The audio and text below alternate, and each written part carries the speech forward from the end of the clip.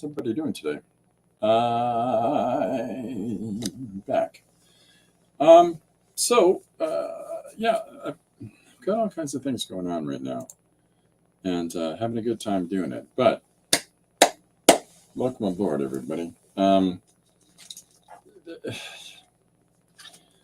Sometimes, you get into a zone, you get into a pattern, you get into, a way of working that it's like a delicate balance, I guess, is a way to explain it. A lot of people have specific situations that they work from. They really do. And if that balance isn't there, if that routine or setup or location that they go to or whatever it is, specific materials, specific tools to work with, their whole thing shuts down. And which is understandable, and it happens to us all. But at the same time, the challenge then is, for some people, is getting cooking again. And so one of the things that I would speak to on that front would be that, honestly, um,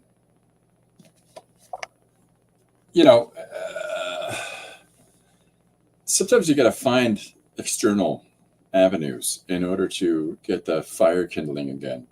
And so that's sort of, the inspiration and random things. I've done showcases of the studio space. Even behind me now, you can see a space truck, no, Star Wars poster, and a really cool Alex Ross piece over there as well, of all these heroic types spiraling up this sort of imagined citadel to the top spires of it. And those are pieces I draw inspiration from, or artifacts, little collectibles from my youth and stuff like that. Oh, hi. How you doing, Yolanda? Welcome aboard. Yolanda, you are, for those that don't know, please go and check out Yolanda's work. She is printing some powerful, powerful pieces right now. It's pretty impressive.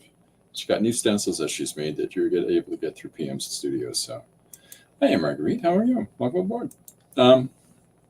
So what I was talking to was, if your equilibrium is thrown off as a creative, then it can be a challenge to jump back in, to dive back in. And so one of the things that is a benefit is to find avenues of inspiration, find those encouraging things that you enjoy, and to play, exercise your brain, stretch yourself out, just relax. If it's, looking at this, whatever little reliquary things you have, like, I've got Muppets up on a shelf over here, or Vincent and Bob from the Black Hole movie from the 1978. Like, it's just random things. And in addition to too many books and all kinds of other things in the studio space. So I'm never at a loss for, it just takes me a couple moments to look at one of these, little bits, and I'm back in the game. So you got to find that. You got to find that for yourself. And sometimes it's going for a walk. Sometimes it's going for a bike ride. Sometimes it's whatever it is, just to get your juices going again. I'm missing a whole bunch of stuff here, and I apologize, everybody. Hi, I'm Miriam. Welcome aboard. Miriam was just putting together a really cool dragon mask that I got a chance to see. And Dee Dee. Welcome aboard, Dee Dee. I've been trying to get to people's streams, but I have been busy. And busy's good, but busy makes you have to focus sometimes. So anyhow, so that's part of what I was speaking to is you got to kick it up.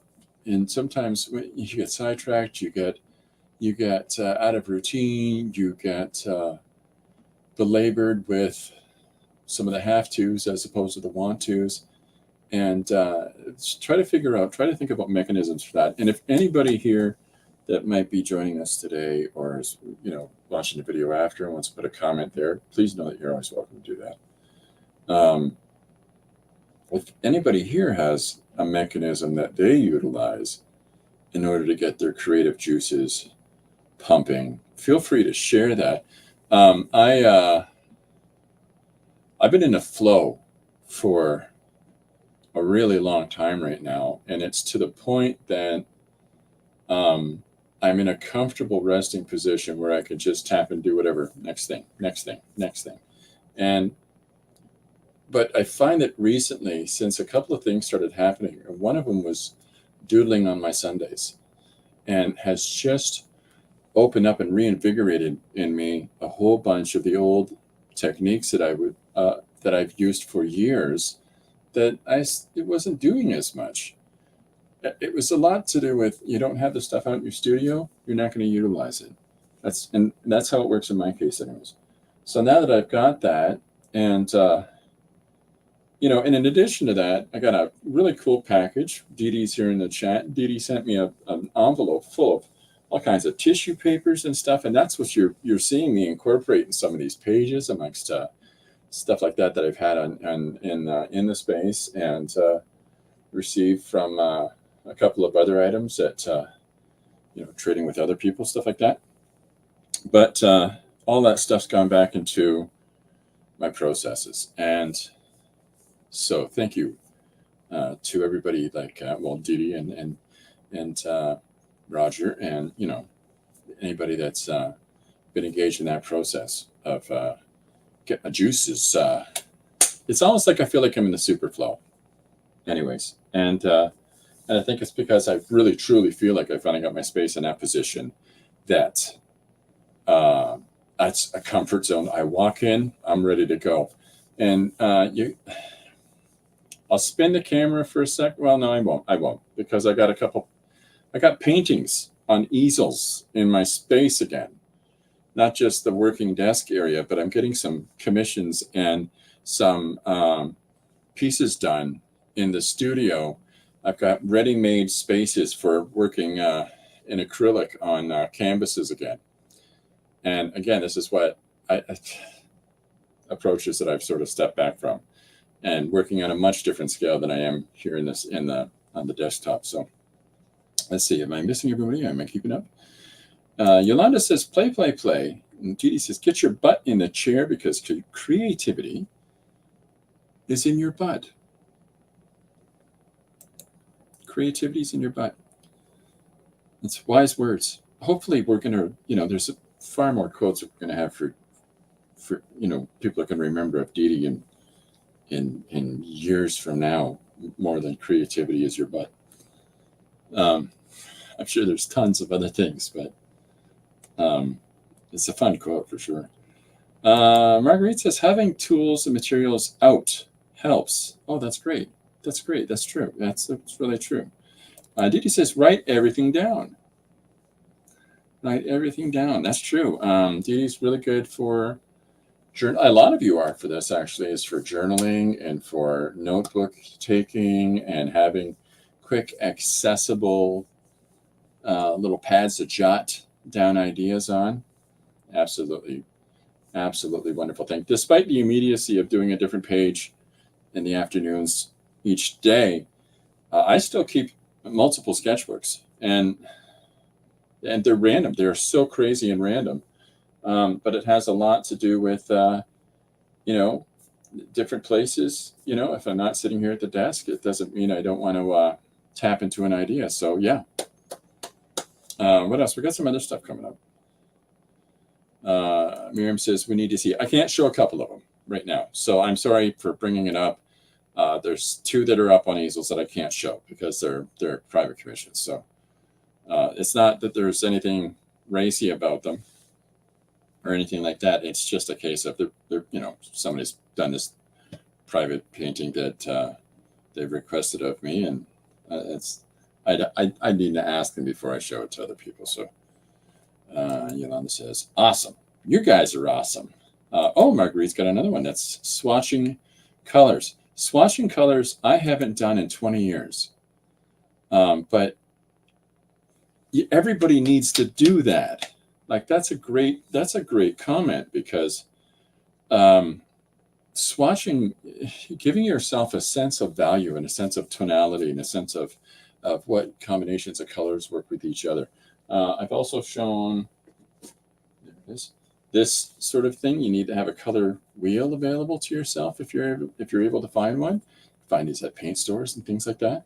But what this gives you is, you know, a really quick guide when you're trying to think about combinations of things, but it involves a lot of mixing in order to get your palette to match the palette as represented there. So Dee Dee doesn't show up your commission either. Yeah, it's tricky when you're doing pieces for other people. Like I can't show the comic stuff I work on in the mornings. You know, I just can't, because it's not mine. I mean, I might be drawing it in that, but it's less about this maniac and more about the job. So there's things I can't. So as much as I don't want to come off as, well, you think I do a lot of pages, I actually do more. I'm not that guy. I'm not that guy. But I do more, and I'm trying to get things to get to a place where you know, I'm seeing more return on that. That has nothing to do with what we're doing here. This is fun. I love the engagement with everybody. And if you're, one of the things I would advocate is, if you know people that might, if there's anything that I showcase here and approaches and methods and materials that I use here that you think might be of benefit to people, you are more than welcome to share. And, you know, and subscriptions don't hurt either. But yeah, I'm just trying to help out, as best I can. And it's also nice because I've met so many fantastic creative people. And you know, tonight is the 400th episode of the Artcasters on Scott Cirkland's channel. And Scott is the person that introduced me to the online world. And after I had retired from the bookstore and got my health back, and I'm working at home in a studio, and I somehow on my feed an Artcasters episode came up, and I watched it, and I didn't realize it was on 3 different people's channels. I hadn't paid enough attention to that, but I just started watching a whole bunch of things on Scott's channel, and then he introduced me around, and then eventually I had the opportunity to meet every wonderful person that's here, and I feel really great about some of the friendships that you like. What does everybody call it? Fibs, friends in box. It's fun. I've sort of been calling it, you know, friends across the interweb, but it doesn't roll off as easy, does it? And you know, so tonight I've been on Artcasters a couple times now. I think I don't pay attention to how many times I do what where, but maybe 2 or 3. I don't know, but doesn't matter. 400 episodes of trying to support, encourage, and build up an artistic community. You know, when you find opportunities to experience that, and to watch that, and to see what those people are doing, and have that vehicle like an Artcaster show to address that through, you know. And then of course you've got Yolanda's doing stuff, and Dee Dee is just like a nexus point for all kinds of creativity that's going on. And you know, I don't know, Dee Dee, how many years? 15? You've been 13, 14, 15 years she's been doing it. Anyhow, but that's fantastic. I fully encourage people that's another point of inspiration to engage in those things. So, okay, that's a couple. I see a bunch more things you're adding on. Swatching colors. Yolanda says participating in challenges and prompt games like Janet's Scavenger Hunt. Yeah, I really wanted to do Janet's Scavenger Hunt, but like I said, I just got busy, and I'm not going to complain about busy, but I feel like I've let our side down a little bit, you know, because I wanted to do it, and I I think it was a weekend, and I'm like, I haven't had a chance to even look at the scavenger hunt yet. But it's just I'm not afforded the chance to do it at this time. But if I get a chance in the next month to jump into it, I think I'll do that. So, but for now, just haven't had a chance. Didi says Artcasters goes way back to Jeff Lafferty. Yeah, I understand that. It's Scott's the constant, and then his co-hosts have changed. Now, I haven't seen some of the early ones. I just haven't. But yeah, I've met these guys. Jeff Lafferty's a nice guy. Marguerite says thumbs up. Thanks, Marguerite. Judy says 14 years streaming on different platforms, or you're in your 14th years. Yolanda also says zine swaps, Inktober, whatever you have time for. Yeah, that's the great challenge. Is I love the engagement stuff, but I do know 2 people that burned themselves out last year trying to do engagement participation things. And one of which got sidetracked over what they should have been, right off of what they should have been doing. And so as much as I think that those things are fantastic and fun, it's if you have the availability to do it as well. So I think that the joy that I'm finding in engaging with everybody here and in learning and growing and like some of the technical advice that like Didi gives me and other people have given. But in the growing part of it all is, I know it's painful steps, folks, and I appreciate you sticking around, but not a technical guy. So, trying to do what I'm doing is my fun, but being able to engage with people and to it's not about the building up of the numbers, but it's a lot about it's an enriching experience to build up these opportunities of meeting new people and seeing what they're doing and try to view what they're up to and having people jump in here and feel comfortable to share what they're doing and share their voice and engaging in chats and that to me is just that's the part that I can't even express my appreciation or understanding of it. So Yolanda says zine swaps, I got that. You need to take time for you. Get to know you. Yep, it's important. Hi, Debbie. How are you? Welcome aboard. Everybody say hi to Debbie. It says, if you feel stuck, challenges, etc., a great way to kickstart some creativity. Yeah, this is exactly the sort of idea I wanted to talk to you today. Challenges, points of inspiration. When I say reliquary, I'm talking about like the Muppets toys you see, you've probably seen in past streams that I have in the studio, or just silly little things kicking around the space. I've got the entire Electric Mayhem, which is the band from the Muppets, up on the shelf over there.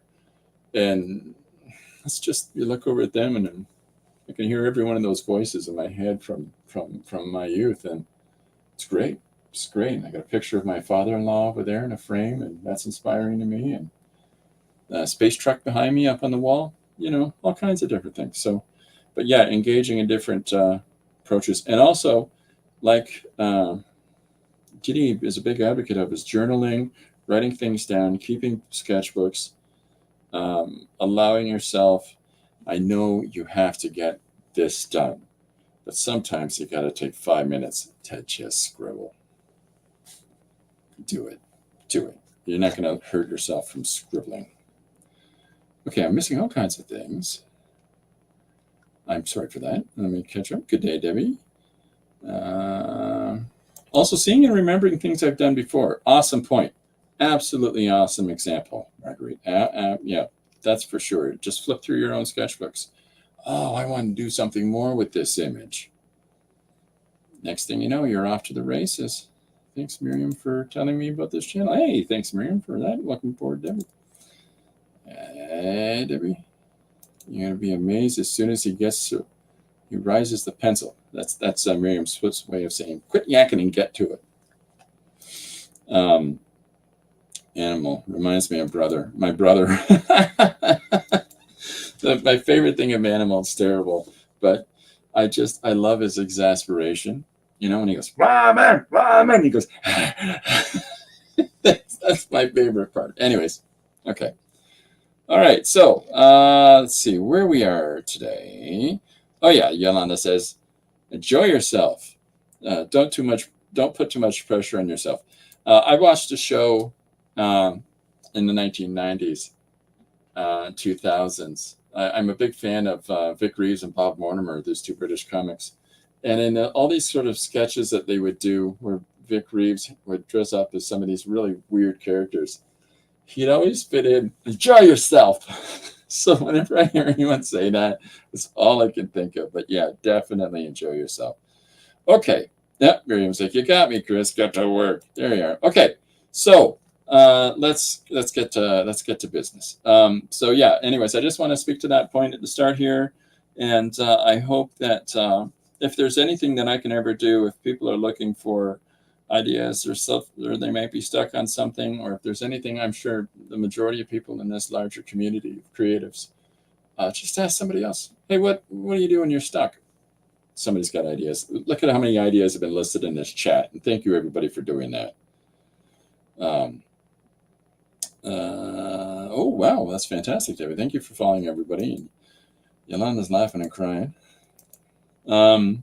Makes me laugh too. My other brother and I are the two on the balcony, Rosencrantz and Guildenstern. No, it's Statler and Waldorf, the two hotels in New York. I've got them in the balcony. I'll show you. Hold on. Brace yourself for the movement.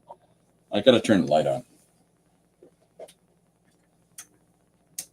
Okay, here we go. You ready? Brace yourself. So up on that shelf, see how close I can get for this. Here is the Electric Mayhem. There's Statler and Waldorf. Am I in? No, there you go. Statler and Waldorf there. There's the Electric Mayhem. There's Clarabelle. There's Gandalf and Iron Giant. Just Legion of Superheroes. Just fun and silly stuff that having in the background just to look at for a moment is, it's fun. It's fun stuff. Statler and Waldorf. Oh, that wasn't too bad. Actually, it's pretty good. You know what? Now that I think, well, I didn't like it as much. Well, it's growing on me. Switch opinions in the middle of the examples of stuff. Silly. Fun display. Oh yeah, gotta have silly stuff. You're on a roll last night, Jim. Oh yeah, that was a great episode of Hey Man, how's your movie going? That on Jim Luhan's channel last night. Hey buddy, you light up my life too. Okay, let's get down to it. Jim had Scott circling on his stream last night, so if you get a chance, check it out. All right, so let me pull that off there. The page for today is I don't do licensed characters. The whole point of not doing licensed characters for the most part is because you can't do anything with it. It's somebody else's likeness and or somebody else's intellectual property, and publishers are like, no, can't do that because whatever, it doesn't matter. So, but I tend not to do other people's creative characters. But a good friend of mine, Ray, has asked me to do a whole bunch of different things, and I've sort of, because they're licensed things, I haven't been able to get to any of them. But today I just played with the idea of these robot bad guys from a sci-fi show called Doctor Who. And the suggestion was that they start a childcare service. So thanks for that suggestion, Ray. Here you go. There's your fun advertisement for them trying to drum up some business. Because even robots have needs, require money. Okay, so that's today's page. Let's get to it. So I got fix that. Hi again. These are these things I was talking about yesterday. All these different, just little, different techniques and surfaces like this. If you can see the stitching the thread stitching that I've got in, just, didn't need to, but just did it. I like doing stuff like that in surfaces, and then working different materials. And so I'm putting that together because for a weekend page for the Patreon, just somebody said 100 people can't 100 people agreeing, and I think I can't remember what the suggestion is now. It's something like that. Well, no, 100 people can't be wrong. And so I'm just going to do a whole bunch of little drawings and put that together. Today's suggestion, what do we got? Let's find one. Yeah, see, the babysitting service, that was today's that I posted. And good fun. We've got a lot of paper shoved in this thing.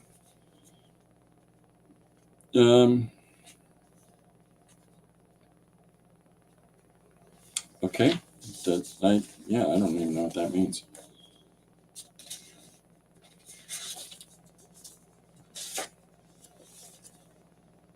All right, City of the Future. That's from Ron. City of the Future. I'll write it on a piece of paper, maybe a piece of paper that you can see. City of the Future. And that's Ron. You know what? I don't. Ron L. I don't know. Sometimes when I get these suggestions from the Comic-Con event, stuff like that, I'm never really sure if some people are being silly with me. Because, L. Ron Hubbard, right?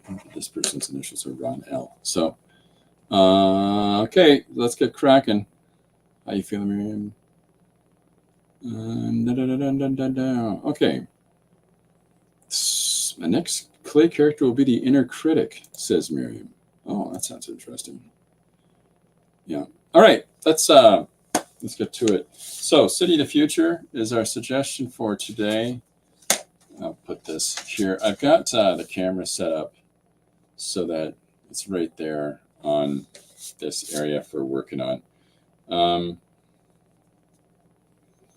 going to start drawing street scenes, and we'll get crazy and creative and have some silly fun. And but why not start there? Let's start with doing some street scenes of people walking around. Now, is the orange going to show up? This is just sort of, is the red going to show up? Red shows up. Bingo. You know what am I doing? It's just grabbing colored pens. Jim says, Chris, this morning I tried to say life affirming into Siri. She spit out life of perming. That is my next one-page suggestion. I shouldn't have kept reading that. Life of perming. That's going in the book. I better write that more clearly so I know what the heck I put down there. Life of perming. Jim L. Right on. Anybody else has any one-page story ideas, you feel free to spit them at me like hot fire. Thank you for that suggestion, Jim. That's good fun. Life affirming. Give me something life confirming, Siri. Sure. Where would you like to go and get your hair permed? That's not what I said. Okay, so I'm just going to start drawing people, and then let's figure out some kind of environment for them to all move around in. But let's just start working. Now, there's a thing I've been doing where I'll draw, I'll draw a face in whatever pose and whatever they're doing. And so, but I've been doing this where I put different little, marks and, like I'm at like different colored little markings on their faces. And in my head, across a number of different images that I've done, including a lot of the 500 years from now suggestions that I did last year, in my head, that lets me draw, well, let me show you. What book have I got that in? I scribbled a bunch of them on paper. Here, all these different faces and all these different creatures and so on and so forth. The one unifying factor is these little facial markings. And so in my head, in this sci-fi world, all of these people and things and whatever they are, that's what ties them together as a social construct is that. So I'm going to do a bit of that on here as well. So I'm going to stay fairly loose. I'm just going to scribble stuff down, and then we'll start pulling values and things out of it. And I'm going to turn the light down just one more. Is that easier to see now? And let me move this.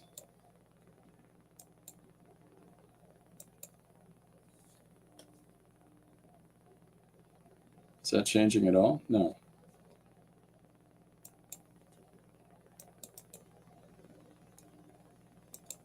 Just trying to get it a little clearer for you, but I'm drawing, this is a really small part of it, so we'll get there. All right, so I'm just going to scribble people down, and then we'll get really interesting. Some of these shapes and robot things and stuff like that, just to keep it interesting for our City of the Future suggestion. And then, of course, the challenge I always say that the first action for me in storytelling, here's an idea, right? And then the second action for me is similar to the butt quote. I've already forgot it. I'm so sorry. Creativity is in your butt. That quote is not wrong. Dee Dee's expression isn't wrong. It's the same sort of rephrasing that a lot of us do when we try to contextualize. If you want to get anything done, you got to sit down to get stuff done. Or sit down, or however you go about making whatever it is that you make. And if you don't do that, nothing's going to happen. So you can carry on until the world falls apart. It doesn't mean you're actually going to produce anything. One of the worst challenges that I would have is I don't want to dismiss people. But, when the comic company that Lori and I started in 2015, when we were really rolling, I used to get people coming up. I got a book idea. Cool, yeah, I'd love to see it. And they'd say, no, let me tell you about it. I'm like, no, they don't want to hear about it. If you got something, I can take a look at.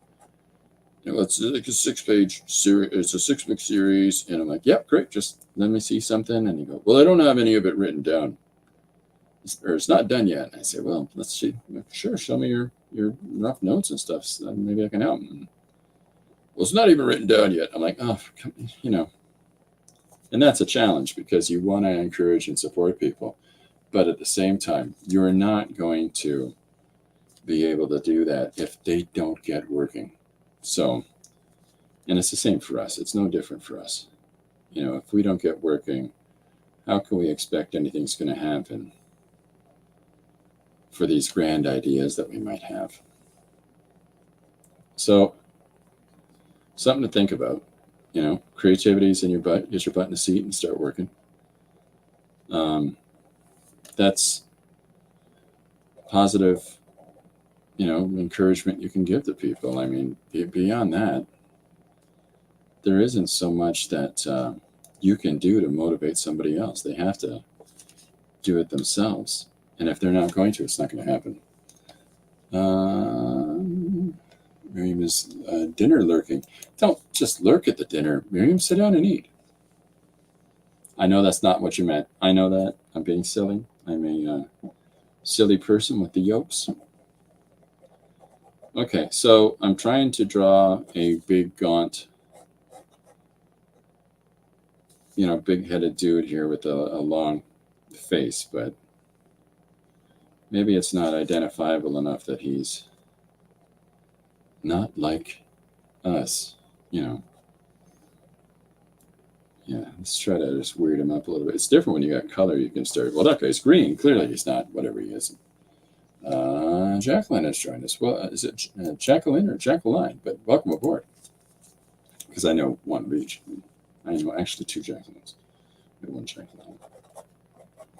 It's Jacqueline.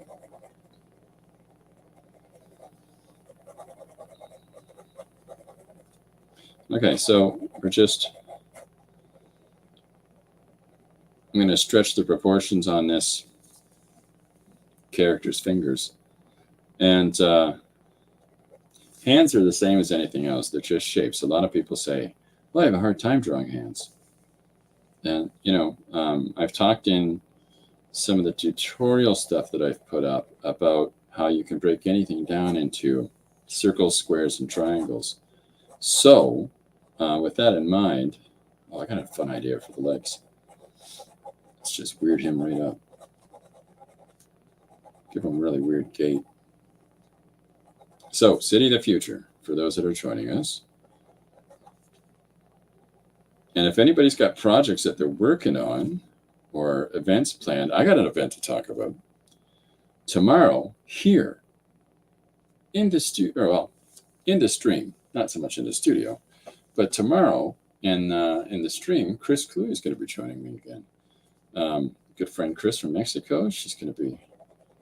The last time Chris was on, we talked about the needle point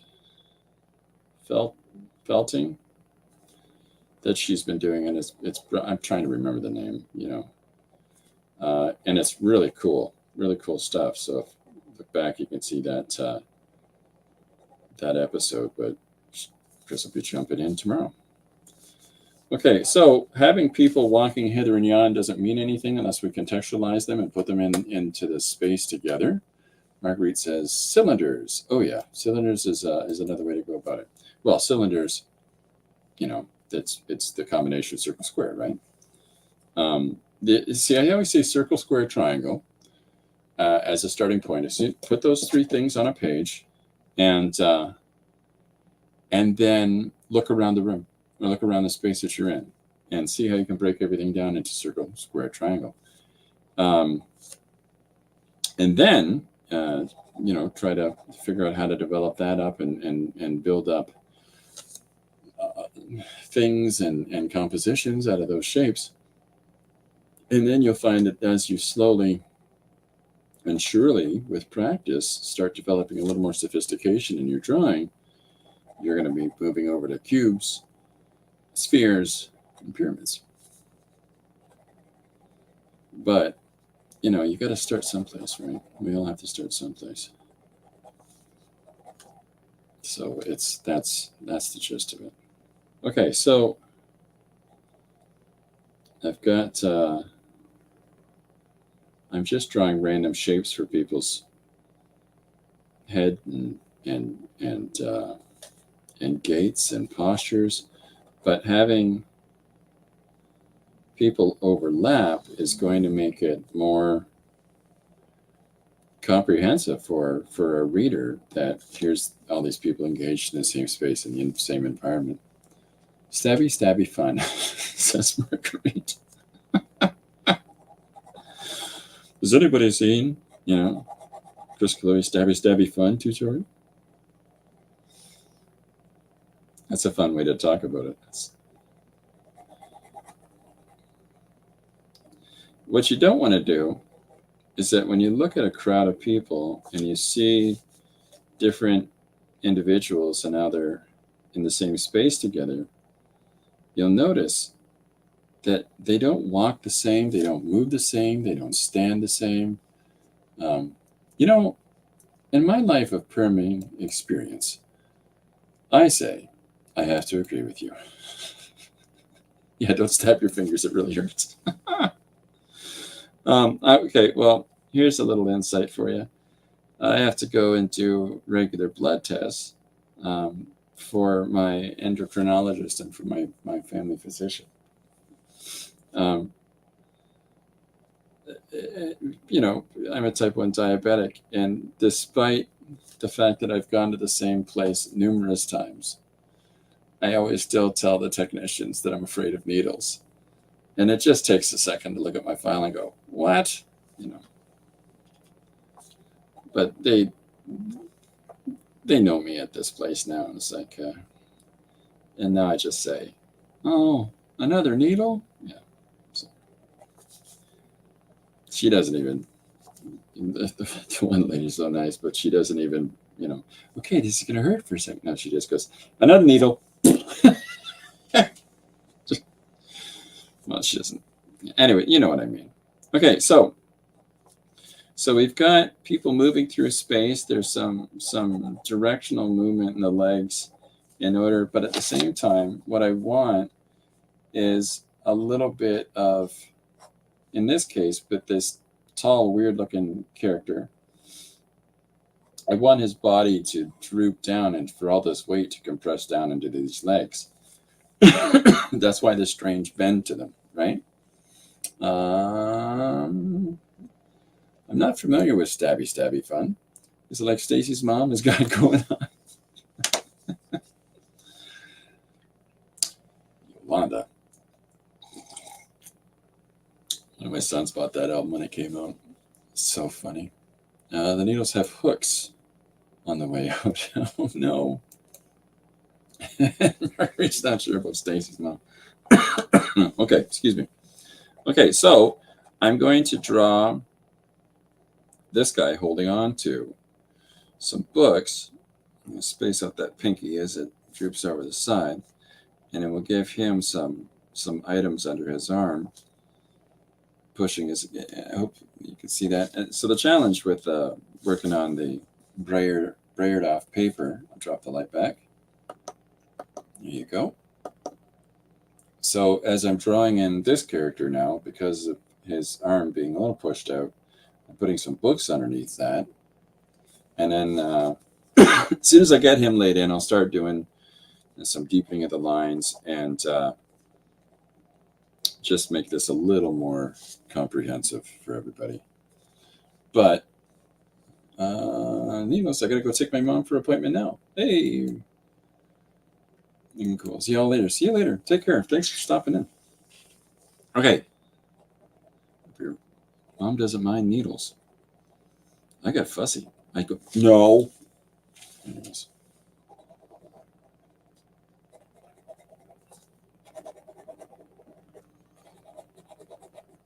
So I'm flaring out this guy's pant legs here, this pantalon, and giving him some long boots. A reflection on the front of this one.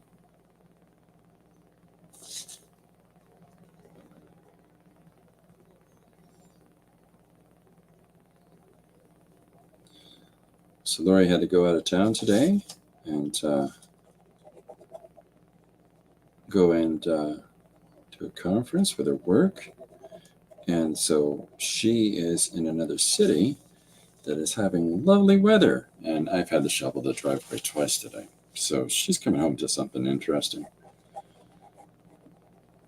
Okay, so let's build these guys up now. So I just grabbed a darker blue. And so what I'm going to do, first off, is to separate these different characters in the space.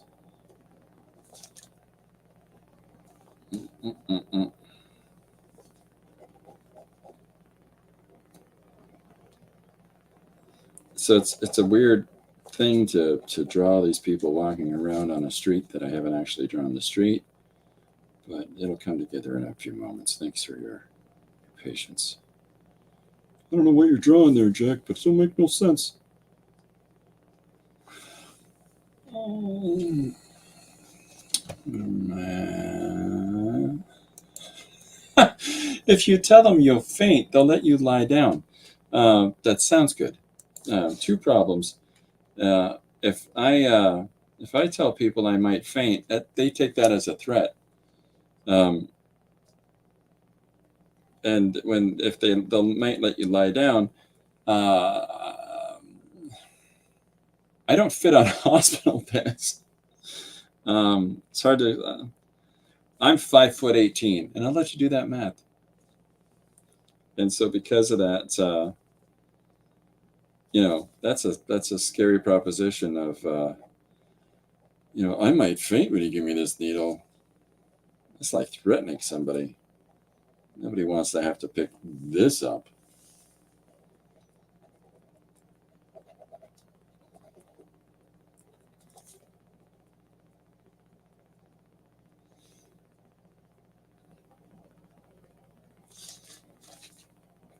It wouldn't be very nice of me to jokingly tell people I'm going to faint. Hey, I might faint. Yeah.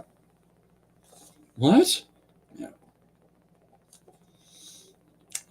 2021, when I was sick, ambulance attendants were taking me to the hospital, and I still had to get up into the ambulance.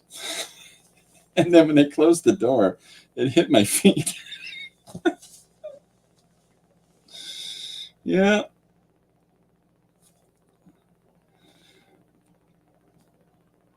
I drive a minivan, not just because it makes me look cool, but because I fit in it. So when, in streams, when, some people will be joking about, my giant feet, or I wouldn't want to have to pick Christopher up or stuff like that.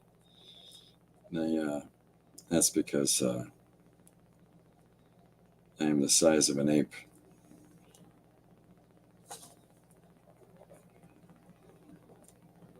A little flare on this guy's pants, a little Captain Kirk boot going on here. So hopefully it's giving you a greater sense of characters overlapping one another.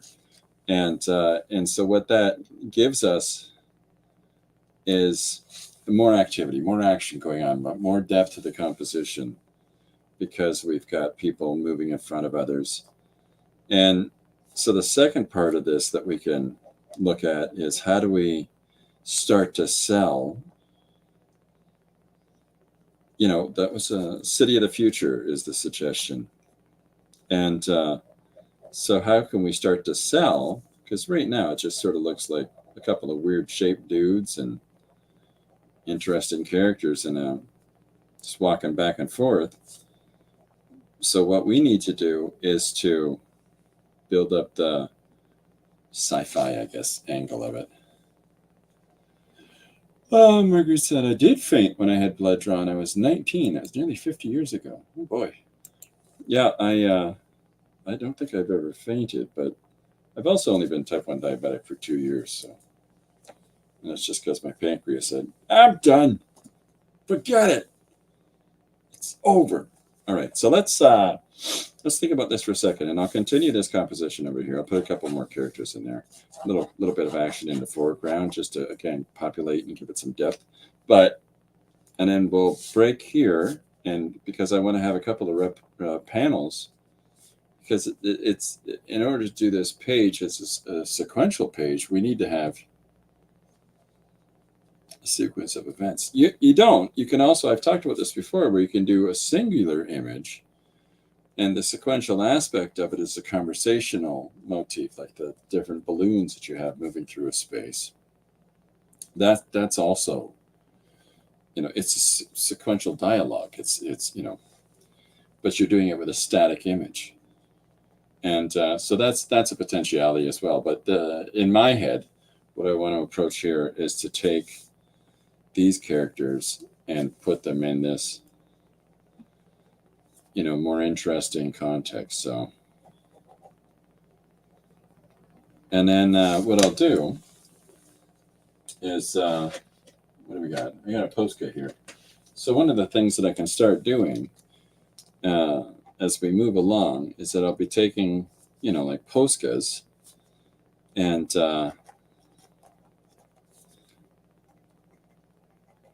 throwing a little more depth and complexity into it by putting some other colors in here. Let's see what I got.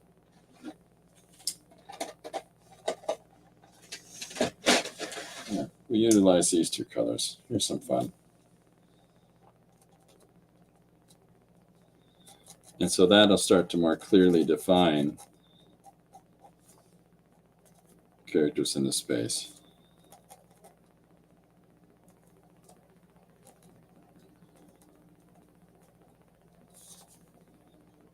But we'll get to this. We'll get to that point. We'll start building up towards that. So, but let's get some more.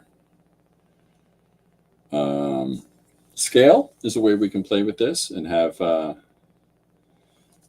different characters in the environment that are different size or different makeup.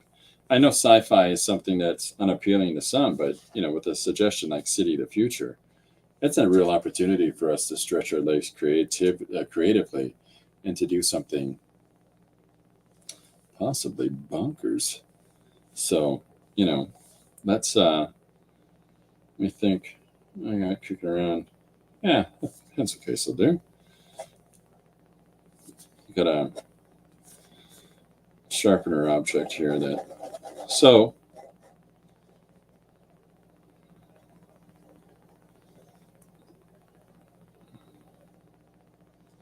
I'm going to do a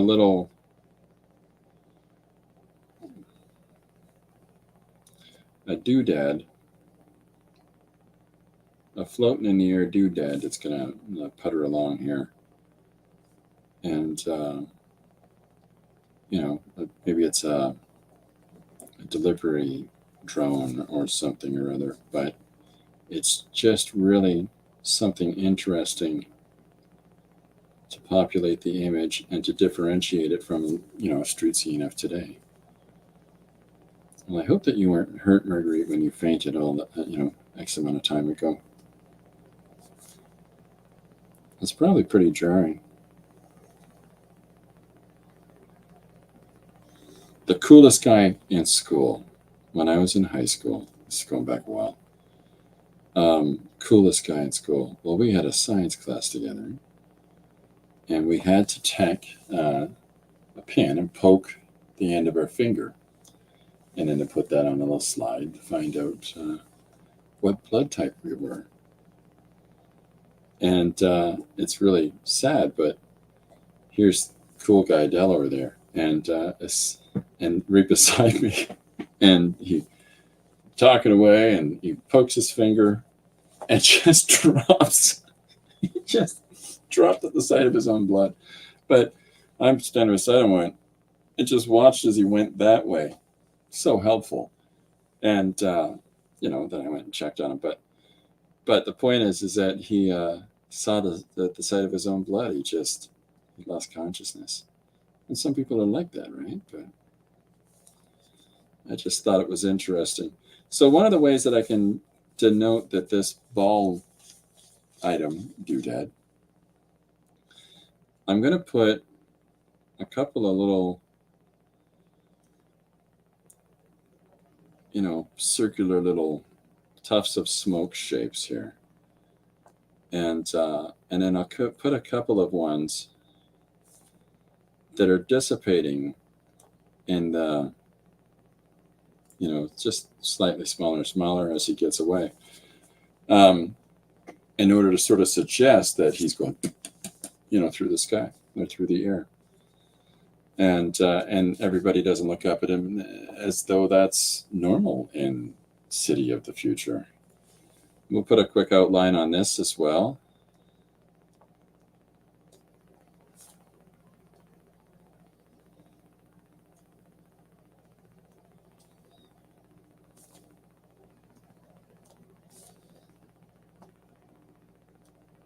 So if anybody is going to be up around 7 p.m. PST, 10 p.m. EST, 400th episode of the Artcasters will be on. I hear Jim Lujan sings in it. It's going to be good. So, okay, so we got some there. Let's a couple more things. Let's have, let's put somebody right in the foreground and to start putting in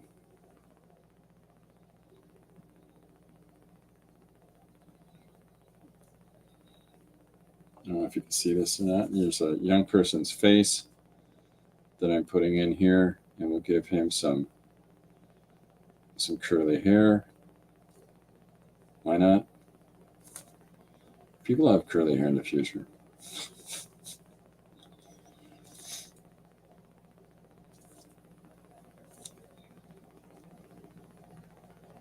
Just why not? You just gotta put some people in an environment, and if you can have different scales and have it looked at people are in the foreground, the midground, background, that just helps. That's really beneficial to you because it helps the reader to understand the complexity and depth of the environment. So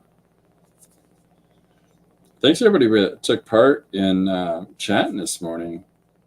And people are still welcome to do so. If you have mechanisms that work for you to kick in some inspiration. So in case you're sidetracked from your work in any way, or just want to sit down to doing some creativity, what mechanisms have you got in place to get yourself some inspirato to get working? And we've talked about a whole bunch of different ones. You're welcome to scroll through the chat and see. Or, yeah, it'll show up eventually in the video in the chat will as well. So just can't comment on it. Okay, so here is character in the foreground, right? And put a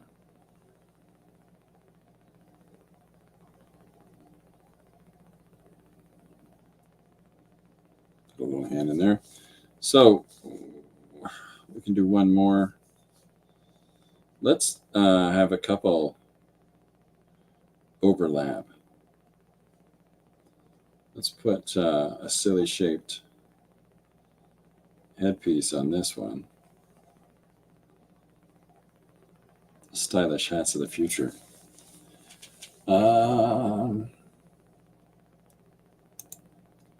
Inspired by Nishant Jain, the sneaky artist. Is that? I'm going to write that down. Where did I have my note for Jim? There it is. Nishant Jain, the sneaky artist. Isn't that fun?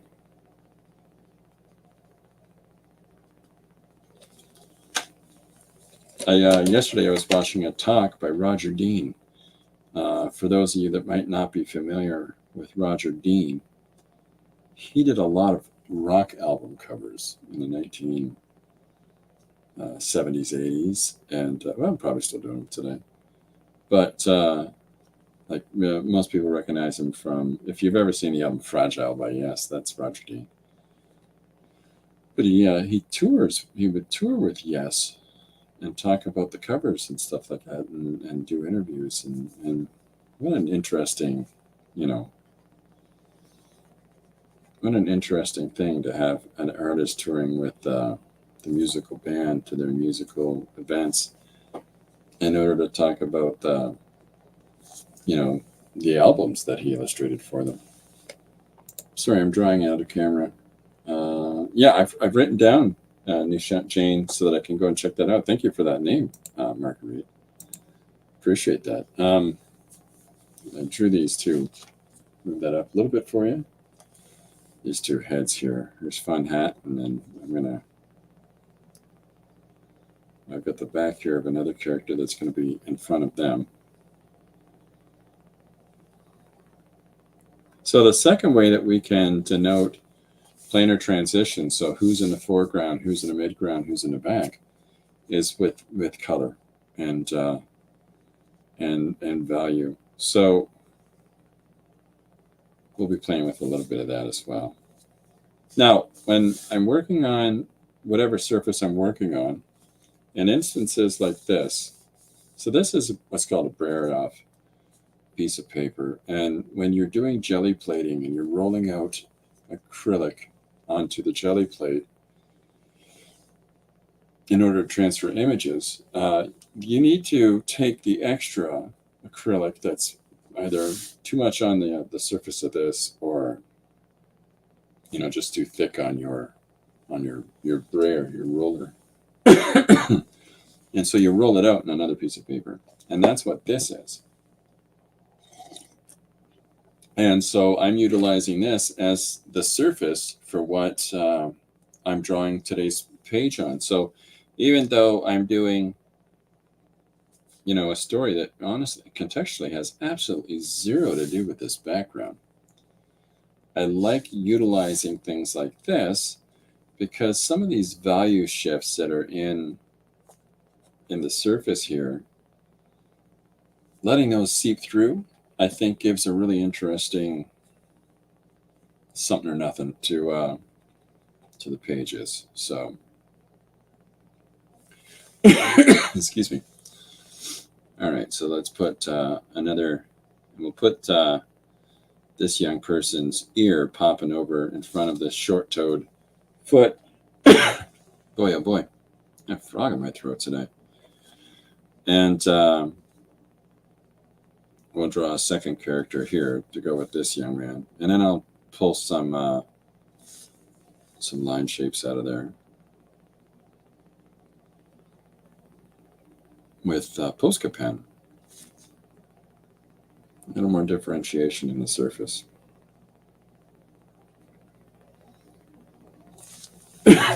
Pardon me, I got a frog in my throat. I got a frog in my throat. Miriam says that she has finished lurking at her dinner. Now to eat this stream. For you, Miriam. Oh, Richard Musgrave Evans. Nice. Okay, so is this somebody else that people should be looking at?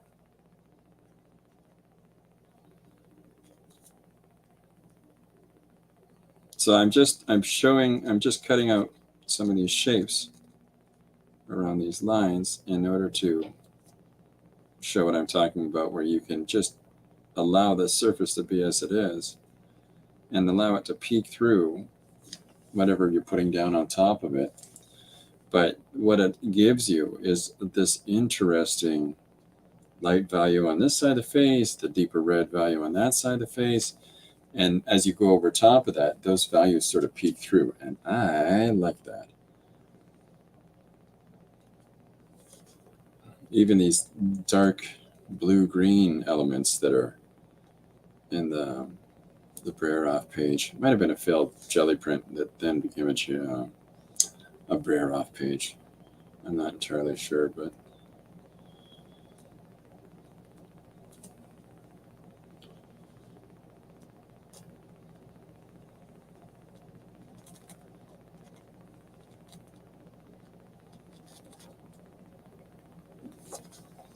so we're just putting some marks down, building up this person's face in the foreground. And then what I'm doing with the tip of my finger is I'm diffusing the values. I'll show you. Let me see if I can zoom. That's a little better. I'm sorry for taking that long to get to that. Wrong way. So here in this character's face, depending on where the opacity is, you can see the more light reflection in the surfaces. But just a fun way to build up depth in a surface utilizing only one value, one color.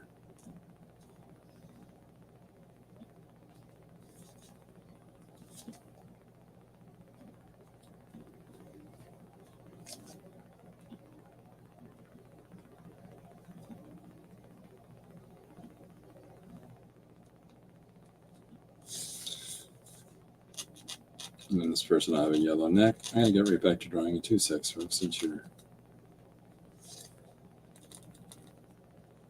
hanging out here. And if anybody has any questions, feel free to ask.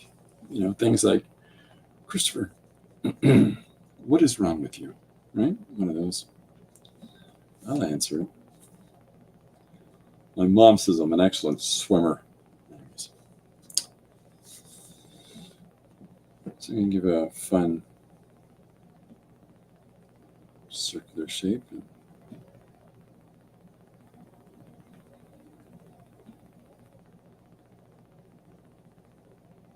we go. So now I've got what I'm doing with these lines, these gesticulative lines in the shoulder, is that I'm pulling, it's a sort of pulling an abstract shape together in order to represent a, the complexity of the ripples and folds in fabric. Just really sort of rudimentally put in to give enough interest and shape to the shirt without, being overly complicated and having too much information in the shirt. So that's why people will often see me just drawing these weird organic, like in here, here's another one where I've got just cutting up, I'll emphasize it with this. But it adds to, gives some form, gives a little bit of form to the shadows, Why am I beeping? Why am I beeping, robot? Oh, sorry.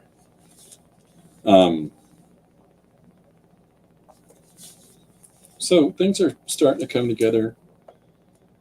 You're starting to get an idea of, these different individuals in a shape. And I'm sorry, these different individuals in this city scene. So, and then you can do a couple things. Now, I would draw a manhole cover in a contemporary scene. I would draw a manhole cover on the floor as though to say, New York, right? It's got these circle things on the ground, but will they have man in the future? For underground systems.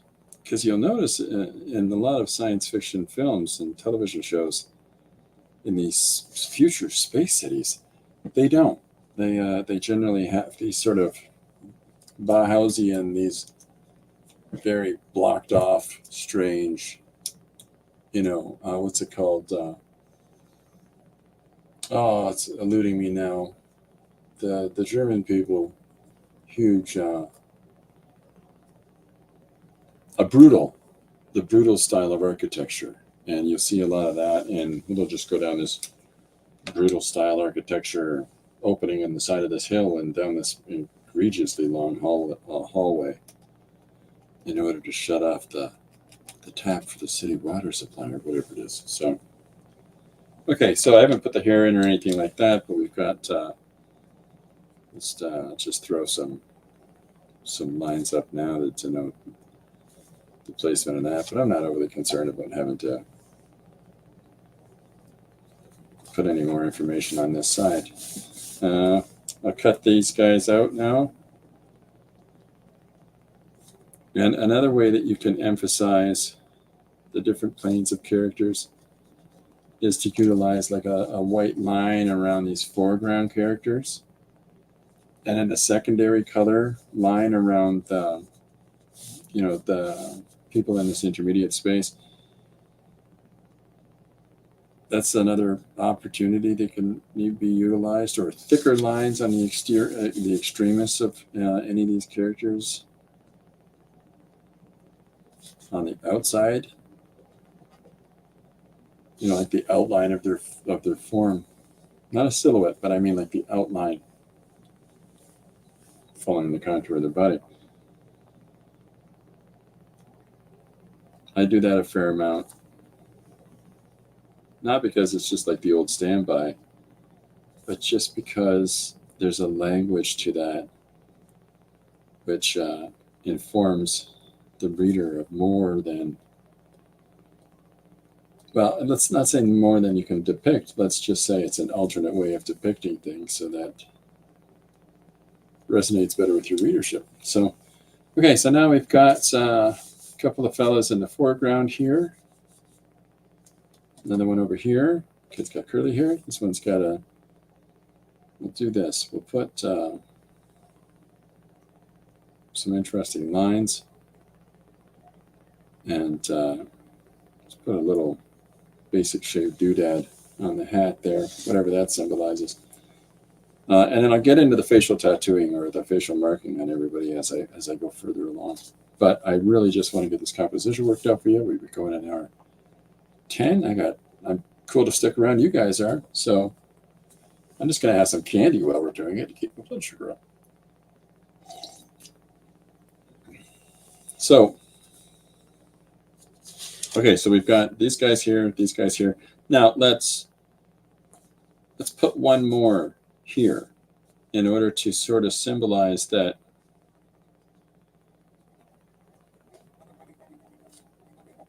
just a person moving through that space.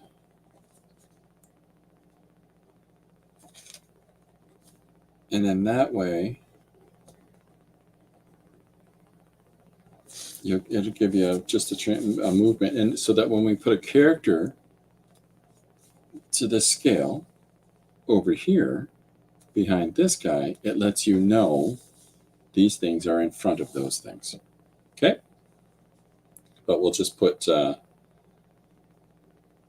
give him a crazy collar. Space collar. Now for another episode of Space Collar.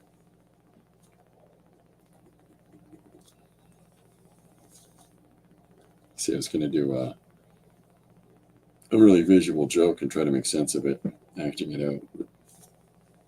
It's not going to make sense. You got a tentacle monster out of a switch phone operator.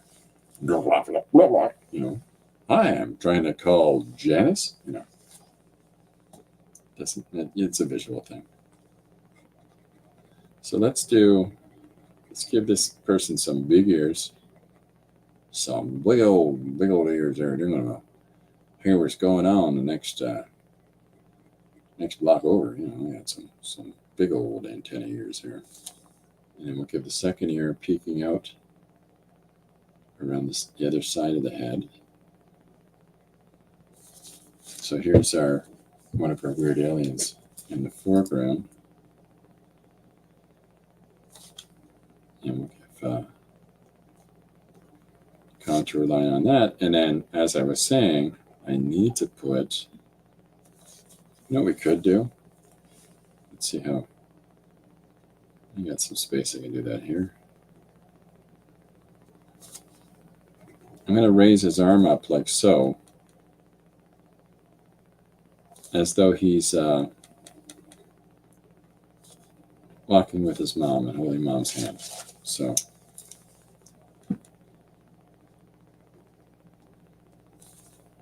little space kid. So let's put another character moving through this environment here, and we'll reduce them in size just a little bit more in order to put them on the same level as this person. You know, and in that way, gives a little more to the depth aspect of it.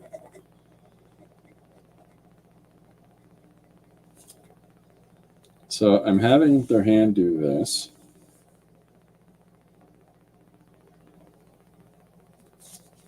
And I'm going to have a little,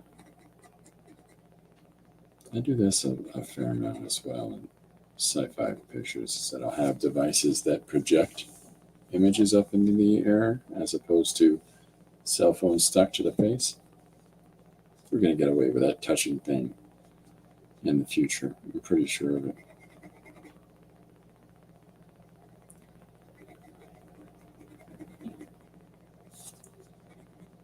Put a collar on that wrist.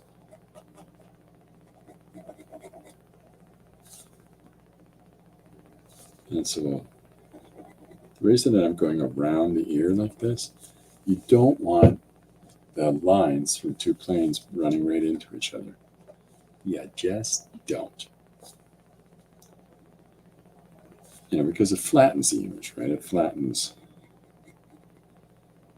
So we'll have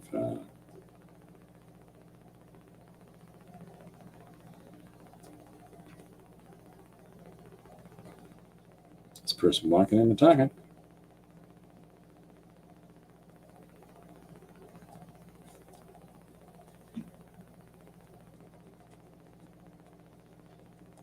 Give him some crazy hair. You got to figure How goofy things are going right now. There's going to be some weird hair in the future. Okay, so here is this character.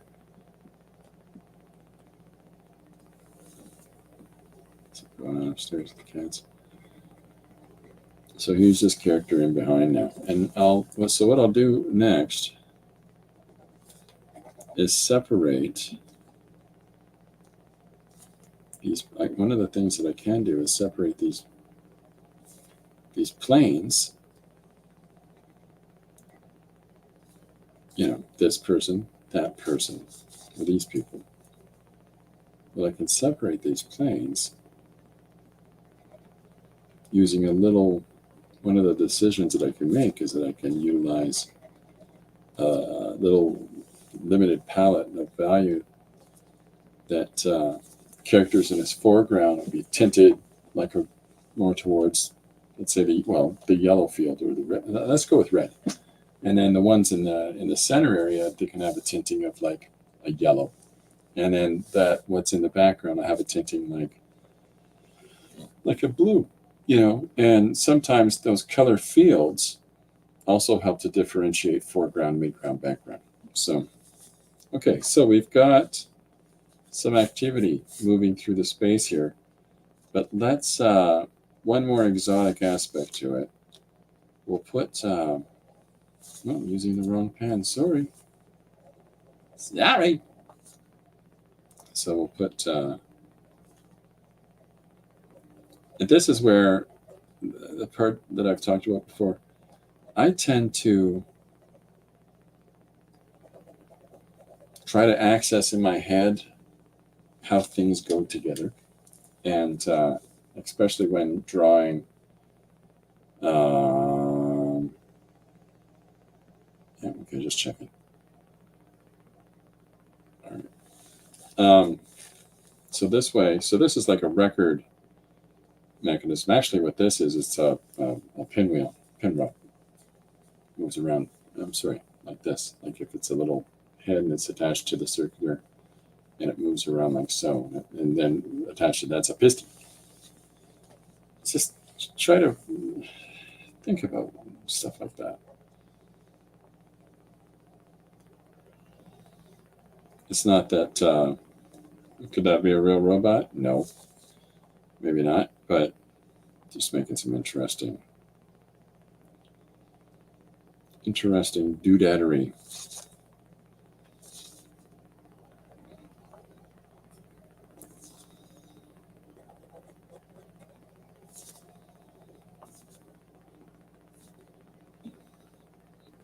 Big robot foot.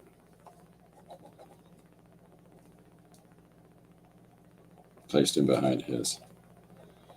But let's make this a little more complex. We'll put a knee joint operating in there as well. So, and then we'll put the second.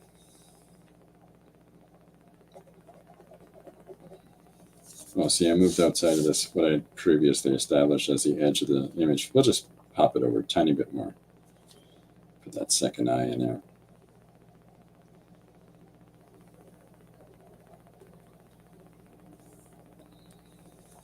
Just making stuff up as we go, right? This kid's shirt kind of makes him look like a clown. Maybe he is a space clown. But we've got that second piston leg in. So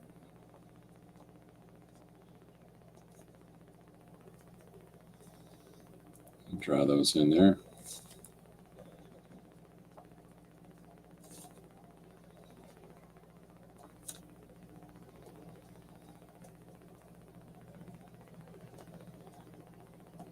Just cutting some shapes. And then we'll put the rest of the robot in. So we're operating under the idea that each of his hips are these circular shapes. Drive his legs. I'm trying to think of an interesting, somewhat humanoid, but completely gonky shape. So let's have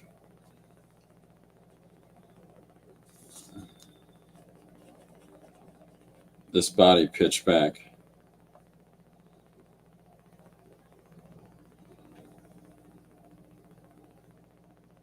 And then we'll put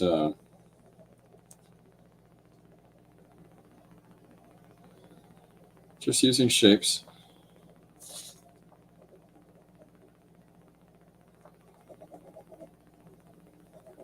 Maybe overlap that a little bit so we can come back in, with white, and as we're emphasizing some light values and stuff like that, and that we can go over and pull out some of our erroneous aspects to our drawings.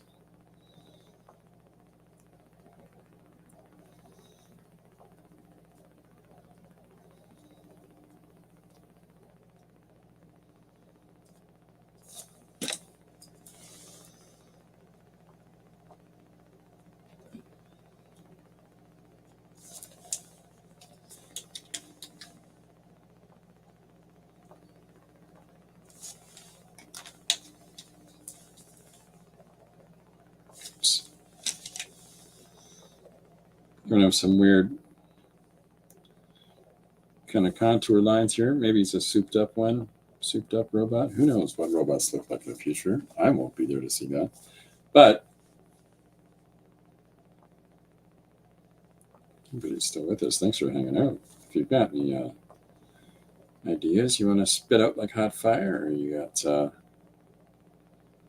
anything you want to talk about, what you're working on, or processes you're going through in your creative journey, you're very welcome to do so here. So we'll put a neck on this thing, and then we'll put a pivot, secondary collar to it, and then we'll give it a weird head, just to clearly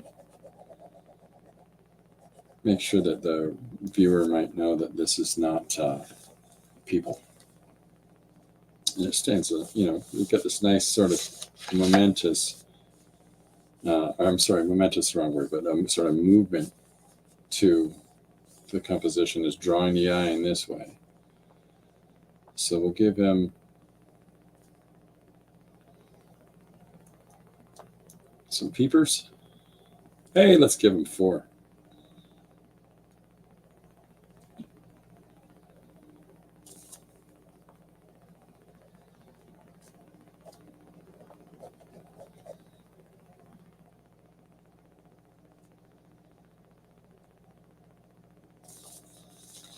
Okay, so here's this dude as he's walking along.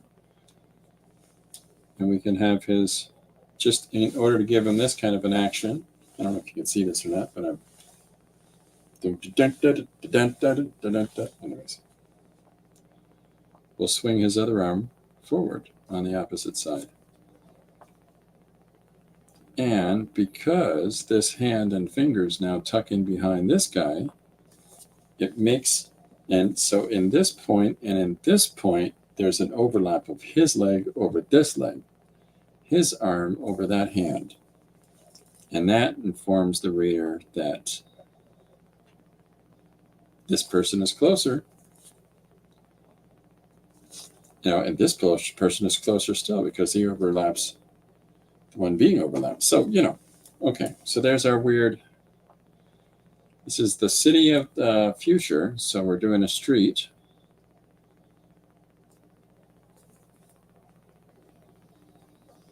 So one of the things that we can do now we've got 2 characters moving pretty well in conjunction with one another. What I could have is this guy talking to this guy as they're walking down the street.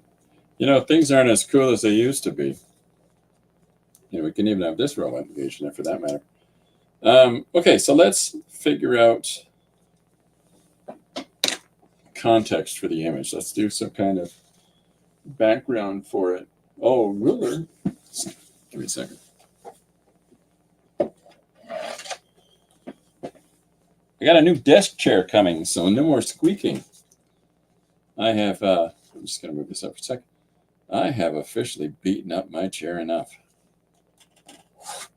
And Janet would be so proud of me. Used a ruler there, folks. Don't be afraid. Use rulers sometimes. So we'll continue this out. Crazy lapels. We'll give this kid some buttons or just interesting shapes on their clothing.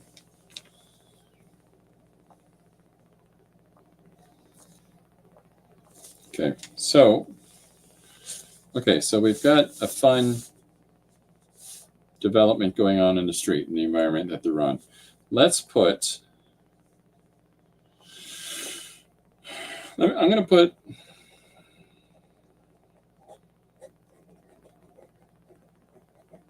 an electric car that works in the winter.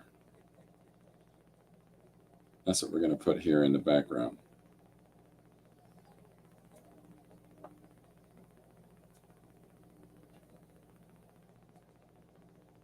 So we'll just give it a semblance of what would be tires. And then we'll put some lights along the shape of its bumper. So what I'm doing is I'm thinking of a box shape, of a cubic shape that I'm cutting away from it, basically by drawing in these different forms, rounding it out. And then we'll put continuation of. So I want to be sure I don't come from the tip of the nose to the line over here, because that is a tangent that connects two planes together, and we don't want that. And a way that I can emphasize the directional shape of the window is reflections in the glass. So we'll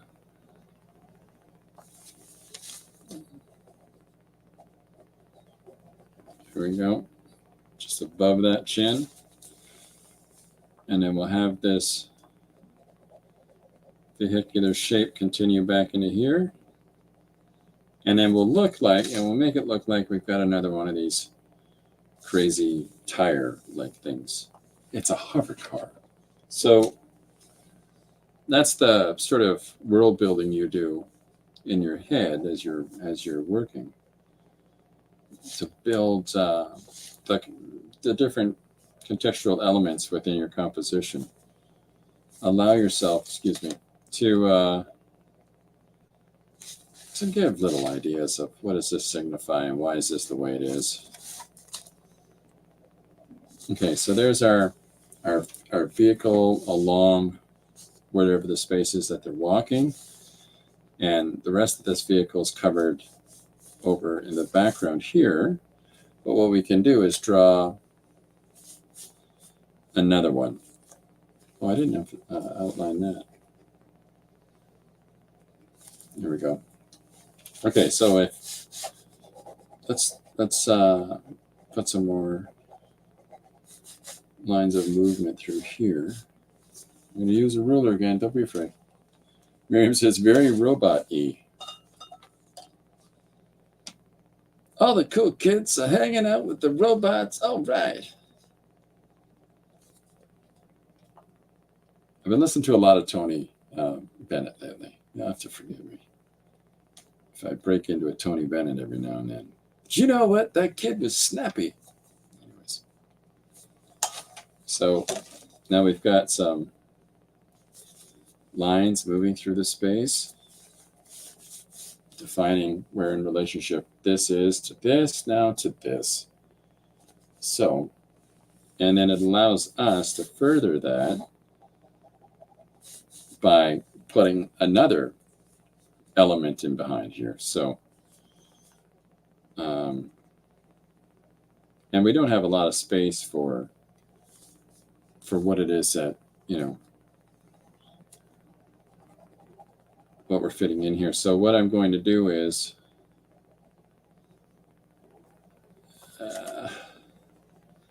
basically I'm thinking horse motorcycle? I don't know.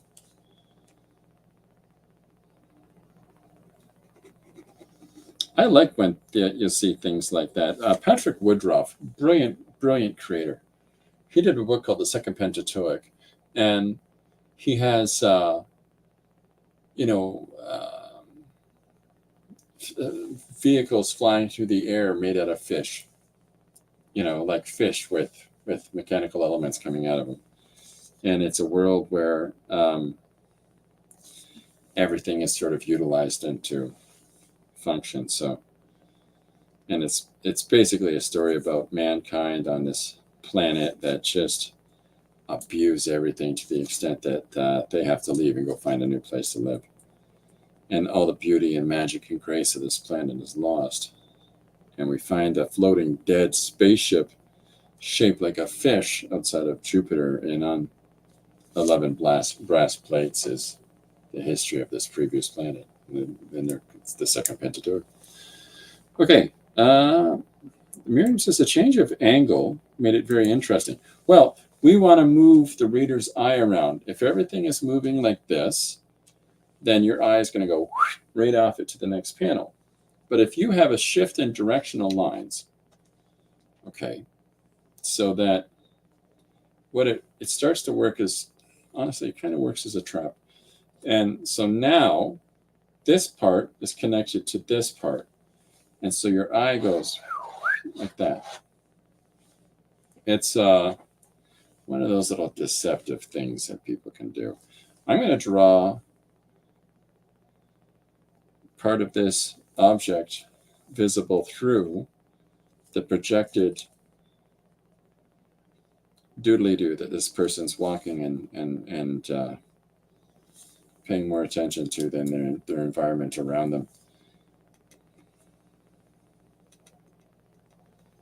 So we'll put this person's collar here, and I'll clean this up a little bit. And then we'll put, see, similar to this line, right? And let's build this out just a tiny bit, like so. Just one extra little piece. And by coloring this piece the same as the rest of it, that connects it to it. So, and then we'll push a line out here, and then we'll put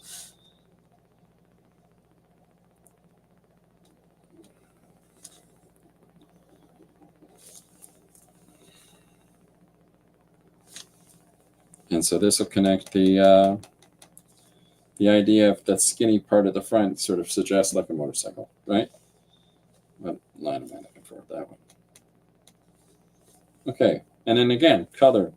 Color signifies far more clearly that this is in front of this.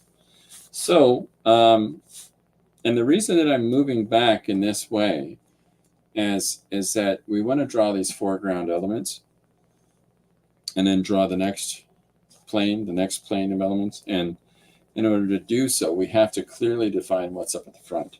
So in this case, we've got these three individuals here.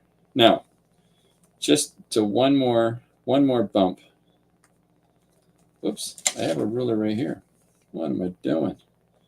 One more bump, we're going to put another line across here. But what we can do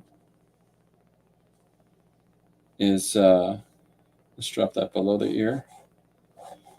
So this line is though it's some sort of painted signifier on the street. And hopefully, let me see, I'll pull in a little bit for you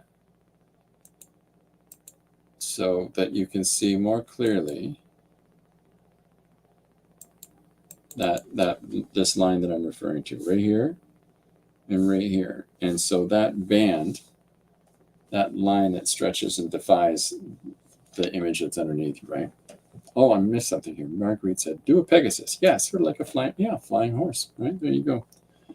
That's perfect reference. And then what we can do is I can have text right here, okay, that will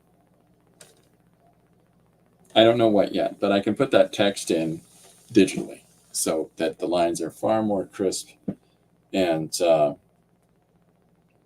in a better perspective than I'm going to freehand it right now. But what I've done is I put markings here to tell myself where this text is going to go, like don't walk, and all you're going to see is maybe the K, maybe a piece of the L, or the T, maybe a piece of the apostrophe, and then a K, maybe a piece of the L at the bottom there within this space. And that's all. So, but what it does is it gives a little something to our image. Now, I'm going to do one more thing before we jump back. So now I'm going to put these guys, now that I've got these characters defined in space, I'm going to give them some shadows, or just place a lot of shadow around them. And the reason that I'm doing that is it's just one more piece, one more little element that sort of ties things together, unifies these characters to the ground, informs you that they're crossing across this surface, right? So I'll pull back a little bit just so you can see the larger composition of it. Let me pop back a little bit more. So now we've got, yeah, that's good. So now we've got the larger space up above here for us to put the, Miriam just asked, do robots have shadows? Are they objects with volume? That's how I look at shadows. If something's translucent or transparent, even a translucent thing, if it has value to it, a translucent thing is still going to have some cast value onto the surfaces in its environment. If something is completely immaterial, no shadow. But if something has volume, it should have a shadow. If something has weight and form to it, or weight to it, I'm sorry, because all these things have form. Something with weight is going to have a shadow, something that's real, that's tangible. Something that's translucent or not fully real, but has a value to it that will cast a shadow when light moves through it. It'll just be a paler shadow than the solid object. Ghosts have shadows. Well, ghosts would be immaterial if ghosts were real. Anyways, people believe in ghosts. I got no problem. You got to believe in ghosts. Okay, so let's put one more. We'll put one more object here in the background of this, and we're allowing this object to move behind our big tall robot, but it's also behind this other flying vehicle. And we're putting it same kind of perspective here. And if you have to block that out for yourself, do for it. You're not going deep enough. It could be made of highly reflective special materials. Because it was real, it didn't have feet. There you go. The lady in The Grudge doesn't cast a shadow. Yeah.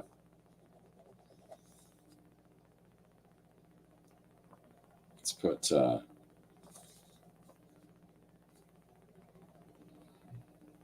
continue that over to the other side, and continue that line down to here. And the rest of this is going to be covered up, but we'll put a light, like we have a light on the front of this vehicle, like we have a light on the front of this vehicle. It's just more organically shown. Oh no, it's not a light. That's this person's shoulder. Okay, so so now we've got 1, technically 2, 3, including that, and now 4 things moving in space together. Because it was real, it didn't have feet. Maybe it's a vampire robot? Ah, maybe. There's a really great character in a book called The Omega Man. Man, not The Omega Man by Richard Bachman, not the one that's been made over and over again into Last Man on Earth movies. But there was a book called Omega Man, and one of those characters that was in this group was called Nimbus, and what he actually was his soul. He was harmed to such levels of depravity that his soul separated from his form, and that soul continued on with this group of adjutants that were still trying to liberate everybody from the system. And this translucent organism, soul or spirit creature, was part of him. And it was basically a ghost entity. So, boo, Marguerite. Okay, so the next part of it that we can put in is would be to have, and maybe I'll switch to. Let's switch to a green. Is that going to show up? No, I don't think you can see it. Okay, use this one. So I'm switching now to a different value for what is basically the background area. I'm going to draw in a couple of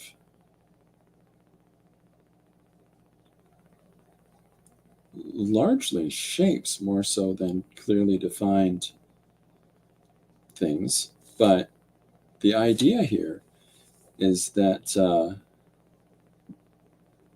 I'm drawing organisms moving on the opposite side of these vehicles. And so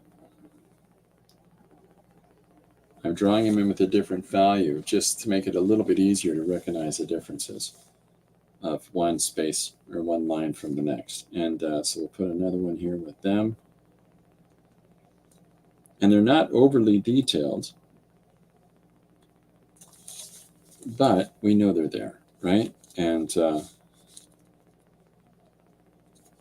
we don't want, I'm going to leave this clear, but I'm going to continue moving this along and have another person in behind.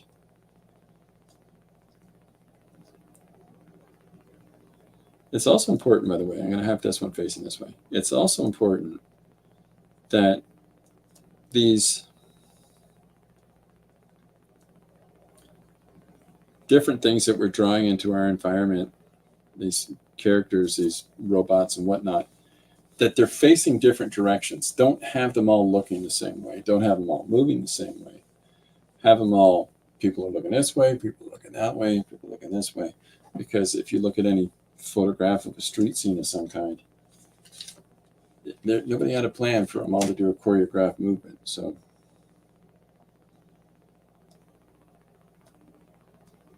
just pulling this person down a tiny bit. Oh, can do these guys too.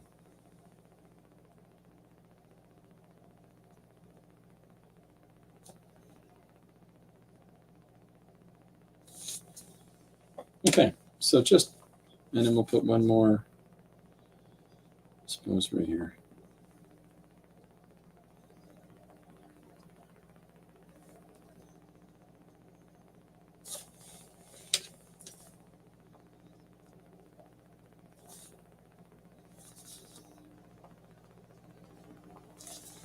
There, just so now we've got this continued line of movement for characters. Marguerite said, I had a drawing instructor who had trouble with a pair of ghosts. He told them to go away, and they did. I think Miriam just summed it up fantastically well. Obedient ghosts. No. That's how you talk to a poltergeist, by the way. No, you put that down.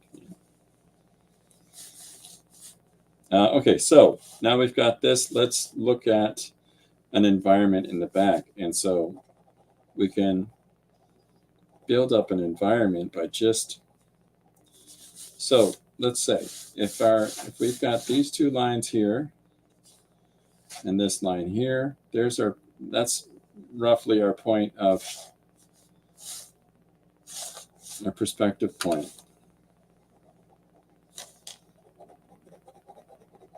And so we're going to draw things moving in accordance with that.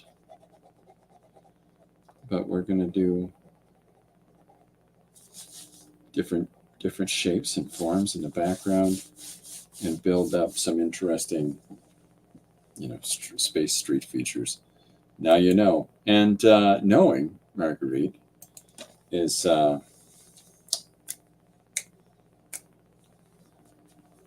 half the situation. That's for anybody that grew up in the 80s to be completely annoyed by that response. Because it's half the battle. It's like a mind bullet. I like saying things wrong, purposely. Like my wife thinks it's ridiculous because I'll say some things like, aha, so it looks like now the foot is on the other shoe. Half the battle, Marguerite. There you go. You know what I'm talking about.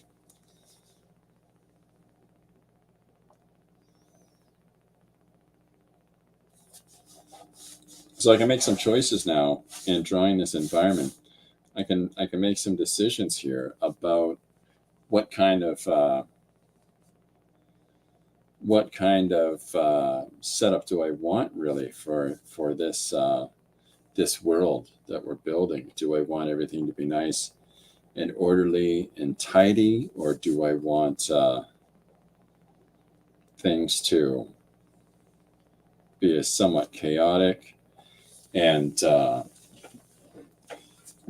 with graffiti here and there, or stickers on stuff, or decay of the buildings and things are rusting, or all those different sort of elements that can be considered and applied. There are questions to ask ourselves as we're going about drawing the environment, and and what kind of little ticks and nods can we do? Miriam says, post-apocalypse building. Yeah, handy tip. Begun, you don't belong here. There you go. That'll work too, but I go to the old standby of, no. You put your hands on your sides, up on your hips or on your sides, and go, now you stop it. If you get really serious, you go, yo. Okay.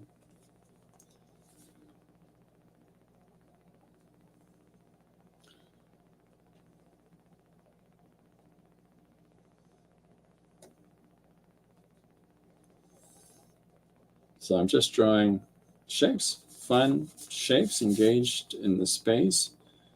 And I've got non-uniformity to the there's a directional movement in the windows, but the windows aren't the right sizes.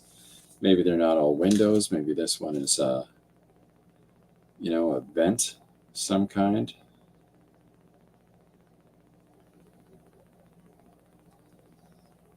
It's just playing in your head and putting together all kinds of different things that you can think of from other. See here, this is where this space comes in handy now, because now this one line ideally should tell, and it's hidden behind here, it's hidden everywhere else, but this one line allows us our color differentiation for this, whatever the color values are in these buildings. But this tells us that these buildings go up here, and this road space and sidewalk goes across here, right there. That's our one spot. How to get rid of a ghost. Nice. Oh, okay. I'll write it down. Thank you, Miriam. How to get rid of. And for those that are joining in that might not know, if people suggest me, and that's from Miriam, I got that written down, Miriam. Thank you. Thank you for that suggestion. If anybody that is joining in, anybody that gives me a suggestion, a couple sentences, one single sentence, 3 words, whatever it is, I write and illustrate a full 1-page story from that. And so today's suggestion is City of the Future from Ron L. So I write that down.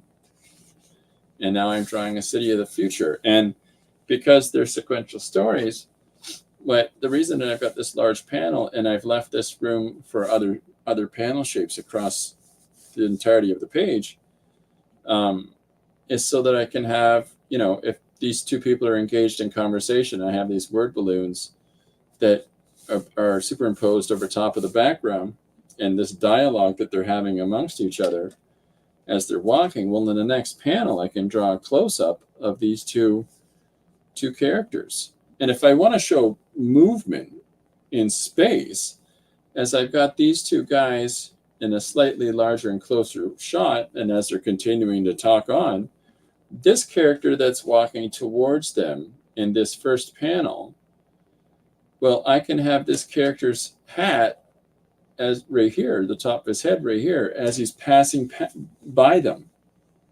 And so what that tells the reader is they're moving in space.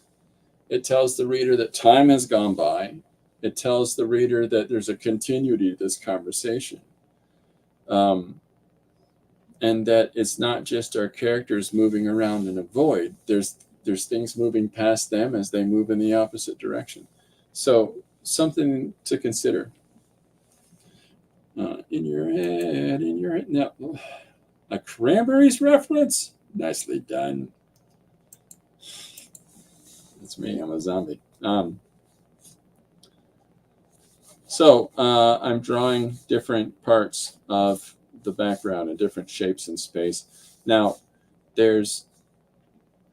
Miriam has suggested post-apocalyptic environment. So we can draw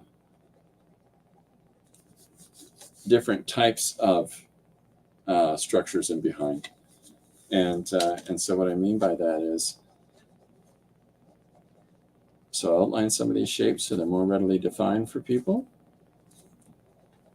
A little easier to see. And then we'll put a separating line so that this building in its complexity is one structure, and this building in its complexity is the structure beside it.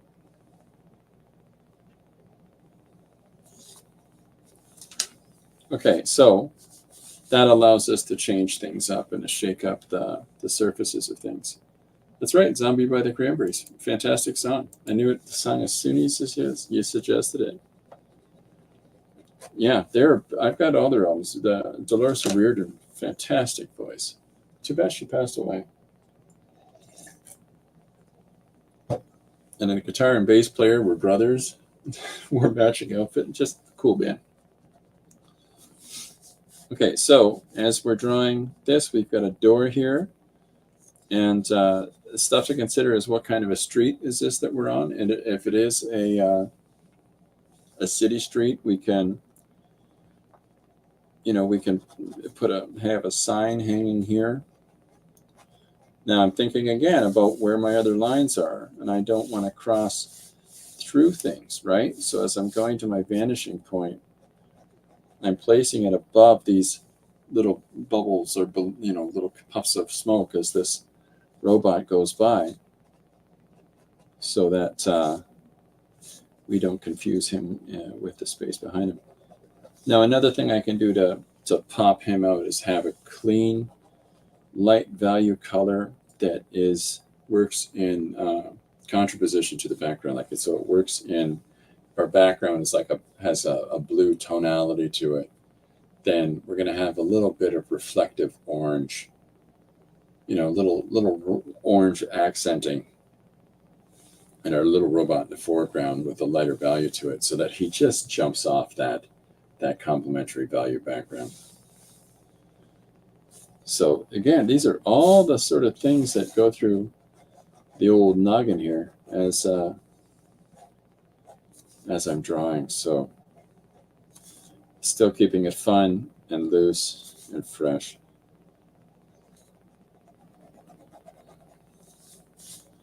and all these little complex elements that are going in to the overall image. Here's the most fun part of this that I've had people tell me off about.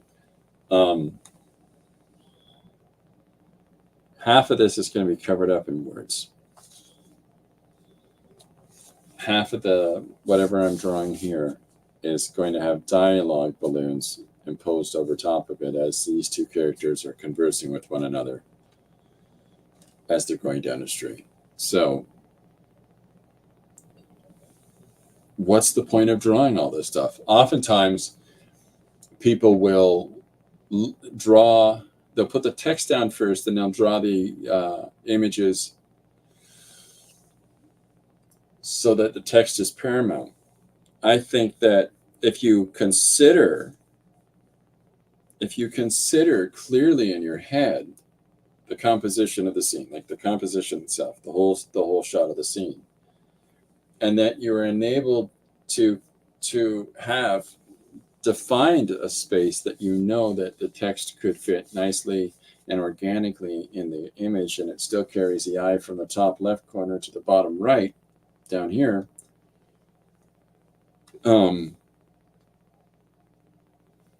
Put the drawing in anyways. And the reason I say put the drawing in anyways is that what if the text changes and the allocation of the text changes for a more organic flow?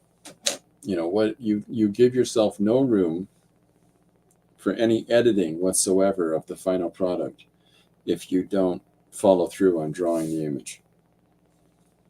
If you don't, if you're locked tight in on a script and that's what you're going to work out in the images, then go for it. But you can have all kinds of fun and interesting and complex drawings with some depth to them, and yet still, make accommodation for the availability of all kinds of space for dialogue, narration, big title superimposed over everything. So just consider that. Just allow yourself that. What are we at? We're at 2 hours. Okay, well, so we've established a couple things. City of the Future with Ron L. As our suggester for that. Thank you, Ron. And we got a bunch of cool suggestions coming in. Anybody that might be joining us for the first time, or of course all of our people that we regularly engage with one another, always feel welcome to suggest a one-page story idea or a statement or here's the title. Here's 3 separate random words that you have to come up with something based on these 3 separate random words. Always feel free to be able to throw those at me, whether it's in the chat during the live stream or in the comments in the video afterwards. So, I don't shy away from anything. I've yet to have an idea that I'm not eventually going to take a crack at, except for one. Haunted bow tie. This is an old joke. I've been saying over the last year that this haunted bow tie, I can't do a page. That's right, it's a bear in a boat. I can't do this story. Look out. Anyone that wears it kills. It's too difficult. It's not. It's just, there's got to be something I have to, suggest that I can't draw that. As opposed to things that I say, no, I don't want to draw that. Okay, so we've got all kinds of fun stuff happening here. I hope that any of the things that I'll fulfill things and complete the image, and then the remaining text, and I'll have this finished with the dialogue put on it, and I'll have it posted on Instagram and Facebook and on my Patreon tomorrow. The Patreon, you can see the original art without anything on it, as well as the finished page. So, but just the page itself as it's finished will be on Instagram and Facebook. That's about it. Yeah. Lori reminds me of things like you should remember to have a call to action. Yeah, if you know people that might benefit from some of the stuff we're talking about, or there might be some fun ideas that that they might have been trying to figure out, that you think that we can help them out with letting them know and come and check this stuff out, by all means, feel free to do so. And why not? It's fun. Tell everybody. Tell your grandma. We don't talk to our grandmas enough these days. Love them too. Hear and eat. Oh, there we go. And Marguerite says bye. Thank you very much, everybody, for coming out. I'm going to sign off for now. I'll be back tomorrow, 2 p.m. EST. And working on setting up the page we're working on for the weekend. So again, feel free to jump in and hang out and share what you got going on. In the meantime, I will see you tomorrow. Bye for now. Thanks for coming out.